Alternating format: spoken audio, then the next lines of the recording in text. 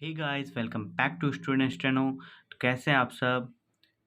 जैसे अभी हम देखने में आ रहा है कि इलाहाबाद हाई कोर्ट में स्टेनोग्राफर के एग्ज़ाम हो रहे हैं होंगे। तो उम्मीद है कि राजस्थान में भी इसी साल वैकेंसी आने वाली है हाई कोर्ट के अंदर, और आरएसएम में भी वैकेंसी भी आने वाली है। तो आप अपनी स्टेनो की तैयारी को कंटिन्यू रखें, जिससे आप दोनों ही परीक्षाओं में अच्छा परफॉर्मेंस कर पाएंगे। तो मैं आपको अब डेली रूटीन में डिक्टेशन देने की पूरी कोशिश करूँगा। तो चलिए शुरू करते हैं आज की इस डिक्टेशन को। शुरू।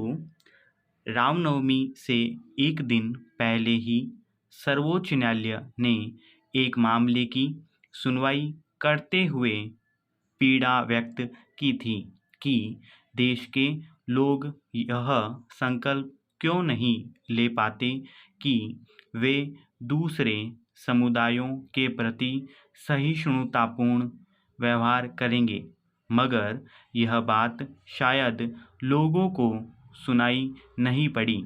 रामनवमी के दिन 3 राज्यों की कम से कम 5 जगहों पर भीषण हिंसा भड़क उठी, आगजनी हुई और कई लोग घायल हो गए। गुजरात, महाराष्ट्र और पश्चिम बंगाल में यह हिंसा उस वक्त हुई जब रामनवमी की शोभा यात्रा निकाली जा रही थी और उस पर पत्थर बरसाए गए।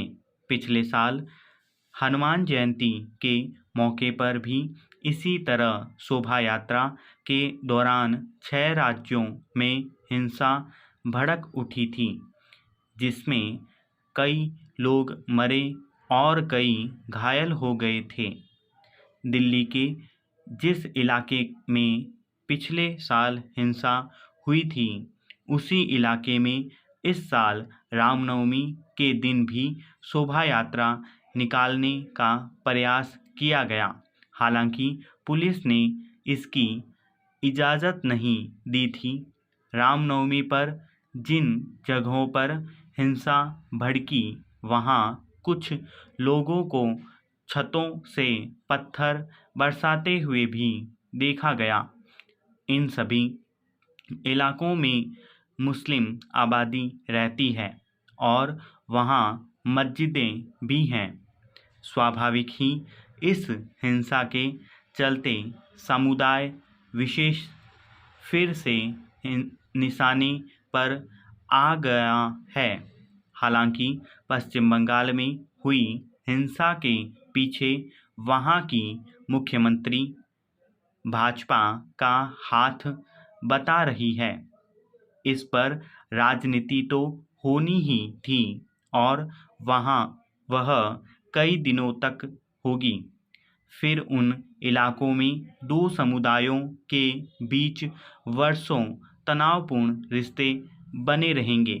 ऐसी सांप्रदायिक हिंसा के नतीजे आखिरकार समाज को ही भुगतने पड़ते हैं। ऐसी घटनाओं के पीछे किसी एक समुदाय को दोषी करार नहीं दिया जा सकता।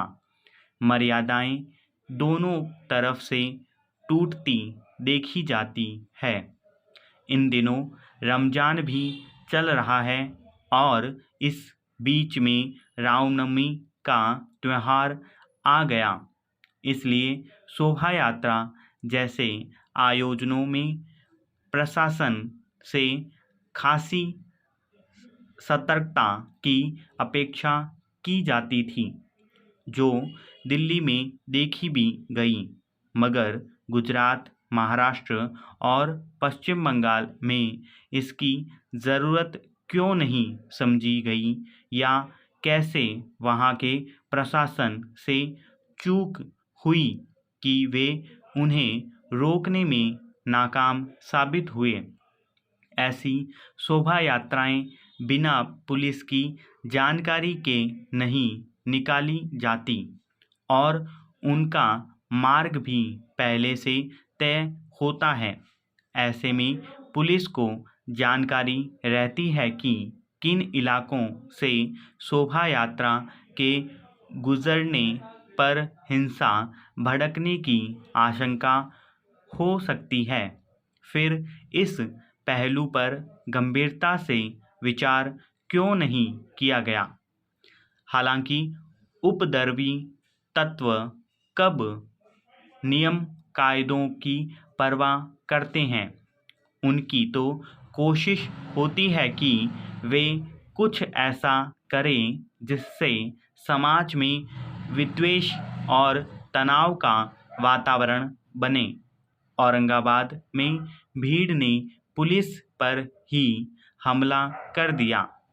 अब यह भी छुपी बात नहीं है कि ऐसे उपद्रवी तत्वों जिनके इशारे पर यह सब हो करते हैं, अनेक जांच नतीजों से प्रकट है कि सबके पीछे राजनीतिक मंशा होती है।